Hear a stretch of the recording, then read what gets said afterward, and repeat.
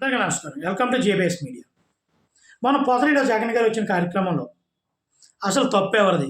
జగన్ గారు ఆ మీటింగ్ వచ్చినప్పుడు జరిగినటువంటి సంఘటనలు ఏంటి, వాస్తవాలు ఏంటి, అంతేకాకుండా మహిళల మీద సానుభూతి వైసీపీకి ఏంటి, టీడీపీకి ఏంటి, అసలు జరుగుతున్న వాతావరణం ఏంటి ఒకసారి మాట్లాడుకుంటే, పొదరిలో జరిగిన కార్యక్రమంలో జగన్మోహన్ రెడ్డి గారు అక్కడ పర్యటనకు వస్తున్నారనే విషయం రాష్ట్ర పోలీసులకి తెలుసు. కార్యకర్తలు ఎక్కువగా వస్తారు, జగన్మోహన్ రెడ్డి వస్తేనే కార్యకర్తలు హైవ్ క్రియేట్ చేస్తారనే విషయం కూడా ఇంటెలిజెంట్కి రిపోర్ట్లు ఉంటాయి. ఇన్ని తెలిసినప్పటికీ అక్కడ టీడీపీ మహిళల్ని, టీడీపీ కార్యకర్తలని, కూటమి కార్యకర్తలు వెళ్ళి నిరసన తెలియజేయడం తప్పు. ఎందుకంటే గతంలో కూడా జగన్మోహన్ రెడ్డి పరిపాలనలో చంద్రబాబు నాయుడు ఎక్కడికైనా పర్యటనకి వెళ్ళినప్పుడు ఆ పర్యటన అడ్డుకొని వైసీపీ కార్యకర్తలు అడావుడి చేస్తుంటే రాష్ట్రంలో చాలామంది కూడా దాన్ని ఖండించారు. అందుకే జగన్మోహన్ రెడ్డి ఓడిపోవడం గల కారణం అదొకటి. అది తెలుసుండి కూడా ఆ రోజు తప్పు, ఇది ఇలా చేయడం కరెక్ట్ కాదనుకున్న వాళ్ళే ఈరోజు మళ్ళీ జగన్మోహన్ రెడ్డి పర్యటనకు వస్తున్నప్పుడు అతని మీద దాడులు చేసి రాళ్ళు రువి వైసీపీ కార్యకర్తలు రెచ్చిపోయి టీడీపీని కొట్టినప్పుడు మహిళలు అంటే గౌరవం కొట్టారనడం కరెక్టా? ఇది టీడీపీ ఒకసారి ఆలోచించాలి. గతంలో జరిగినప్పుడు మీరు ఏ విధంగా ఖండించారు, మళ్ళీ మీరు అదే చేస్తే అతనికి మీకున్న తేడా ఏముంటుంది? వాస్తవాలు చెప్పుకోవాలి కదా.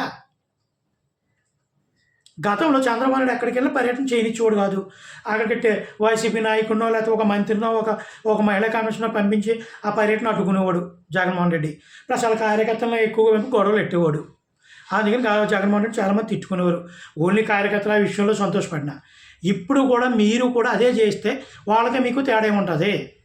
ఒకసారి ఆలోచించాలి కదా.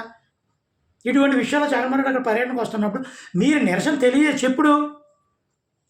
ఆయన ఇంటికి వెళ్ళో దూరం నిరసన చేయడము, ఆయన పర్యటన చేసేటప్పుడు దూరం ఉండి నల్ల బెలూన్లు ఇచ్చి శాంతియుతంగా నిరసన ఆవిడకి వచ్చి ఆవిడ చేసి రాళ్ళు జీవి కాన్వాయ్ మీద ఇది చేస్తే రెచ్చిపోరా. ఇంకో విషయం ఏంటంటే ఆ రోజు చంద్రబాబు నాయుడు పర్యటనలు వెళ్ళేటప్పుడు ప్రజలు భయపడేవారు. ఎందుకని? జగన్మోహన్ రెడ్డి ఏం గొడవ పెడతాడో, ఎంతమంది నష్టం చేస్తాడో భయపడుతూనే వచ్చేవారు. చాలా వరకు 2 సంవత్సరాల వరకు కార్యకర్తలు కూడా బయటకు వస్తే భయపడేవారు. అంతేందుకు మెయిన్ నాయకులే బయటకు వచ్చి నిరసన తెలియజేయడానికి భయపడేవారు.